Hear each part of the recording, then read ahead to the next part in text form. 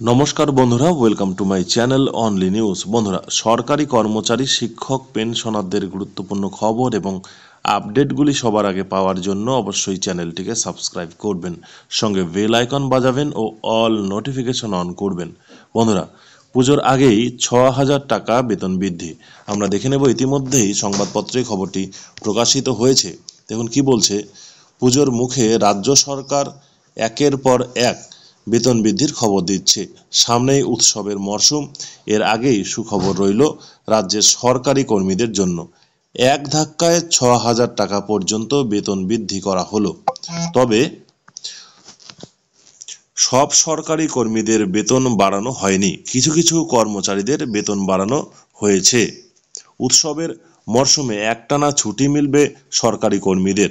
এরই মধ্যে বেতন বৃদ্ধির খবরে এই বিশেষ পদের সরকারি কর্মচারীদের অবস্থা সোনায় সোহাগা। রাজ্যের দুই হিট সরকারি প্রকল্প কন্যাশ্রী ও রূপশ্রী প্রকল্পে কর্মরত শর্তাধীন কর্মচারীদের বেতন বাড়ানো হলো। স্যালারি হাইক হওয়ার খবরে খুশি চুক্তিভিত্তিক কর্মীরা। সম্প্রতি রাজ্য সরকার সরকারিভাবে একটি বিজ্ঞপ্তি জারি করে এই খবরটি জানিয়ে দেয়। বিজ্ঞপ্তিতে বলা হয়, 2020 সালের 16 অক্টোবরে প্রকাশিত নোটিফিকেশনে যেসব চুক্তিভিত্তিকভাবে কন্যাশ্রী ও রূপশ্রী প্রকল্পের সাথে কাজ করে আসছে এবং যারা আইটি বিভাগের দায়িত্বে নেই, তাদের জন্যই মূলত এই বেতন বৃদ্ধির ঘোষণা করা হয়েছে।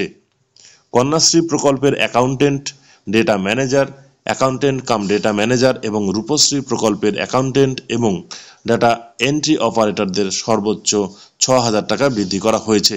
বিজ্ঞপ্তি অনুযায়ী কন্যাশ্রী প্রকল্পের অ্যাকাউন্টেন্টের বেতন ৬,০০০ টাকা বাড়িয়ে করা হলো ২১,০০০ টাকা। ডেটা ম্যানেজার পদের বেতন ৫,০০০ টাকা বেড়ে হয়েছে ১৬,০০০ টাকা এবং অ্যাকাউন্টেন্ট কাম ডেটা ম্যানেজার পদের বেতন ৪,০০০ টাকা বাড়িয়ে করা হয়েছে ১৫,০০০ টাকা।